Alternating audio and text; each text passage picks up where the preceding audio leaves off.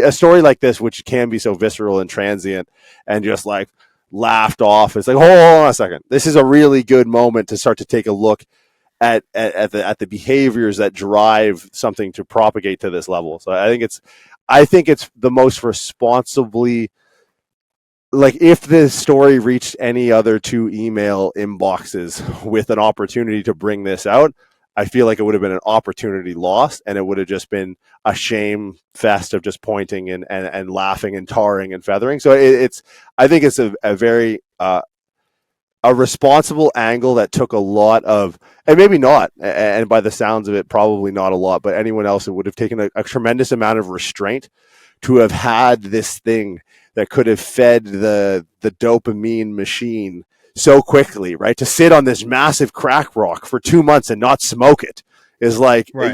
That's such a contained, self-controlled endeavor that you guys went through.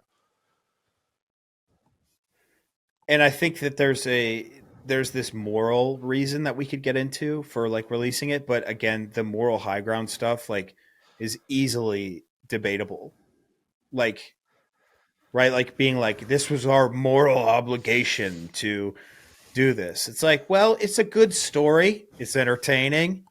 Does it change the world for better? Right. Probably not. At the end of the day, like, Derek and I are entertainers and we are capitalizing on that. And that's like, this is shit that like most people shouldn't talk about when they are the producers of said entertainment. But I really do think if people start to moral grandstand, that they become the people that they are trying to take down. Right? Like that is essentially what Liver King continually does through this fallout is moral grandstanding. It's this idea that he was doing it for a higher cause. He was doing it for the people, that's easily debatable, easily. So we could do the very same thing. We could come through and parse everything. So it's just important to be like self-reflective. Now, moving forward, sure. Have you found it like, obviously your YouTube channel, reemergence of your podcast, have you personally found it difficult to kind of get back into the groove of generating content? Obviously, like dealing with, I don't want to say backlash, but just conversations like this since the story sort of broke. Do you look at your next project, video, podcast as like in a relative sense? Like the last thing I did was the biggest thing ever, and the next is like, I know. Yeah. I knew you were going this way. Yeah, that is definitely. I just talked about this literally with my friend. I'm like, in a certain part of me, it just wants everything to go back to the way it was. The problem is I now know what this feels like, this dopamine rush, and I'm going to be upset when I don't get it again, like a little whiny bitch. So I just have to be self-aware enough to be like, look, what do I always do on this channel? Like talk about fun things, talk about things that I care about. And if people like it, they like it. And if they don't, they don't. That's what I have to continually tell myself over and over and over and over again. It's the idea that you have to produce now to try and reach the level that you did before. Well, that was one part of you. And now you're completely self-limiting the thing that is an extension of you to that one thing. So really, you're not actually allowing yourself to be shown. You're just showing one aspect of yourself that could have came and went, but now you're keeping it there.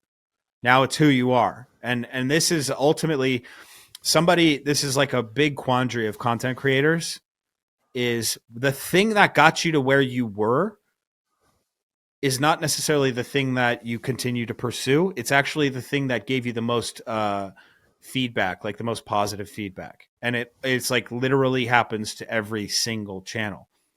And like for me, if I looked at if I sent all of my metrics off to an analytics, agency or some sort of company, they would say the times where you play something and react to it, easily you have a higher percentage of views. Just do that.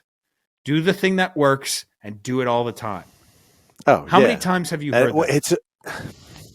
Do the, No. it's not even in content There's creation. twofold, right? Because you started off the thing, and I was so quick to, like, in my mind, disagree with you, where you said you don't know anything about business, but then you speak in this sentiment of, like, that exact phrase I've said that in a business context. What got you here is not going to get you to where you want to go, and that to me is like a meta. Go ahead. But also, though, this is it, though. This is the dualism. This is the binary. It's like both of those things are true. Do the thing that works, but also do right. something But it's almost different. like it's the thing that works is the thing that you're passionate about, because it's the sustainability is the meta principle Yes. that works. And if you have some guy at an agency somewhere in Israel going like, "We've run the analytics. This is what we." Okay, how about Radiohead? Right. Their song "Creep." That's the thing that fucking works. Radiohead refused to play it, refused to repeat it. That's kind of where we're at. Like, it's like that is not Creep is not an extension of who Radiohead is. They believe that at their core. But fuck, they could have been Coldplay. They could have been Oasis big if they just leaned into right. But would they have been successful in their own eyes? Right? Which would have no. Right. I think success and morality are the same in the sense that they're self-defined or should be.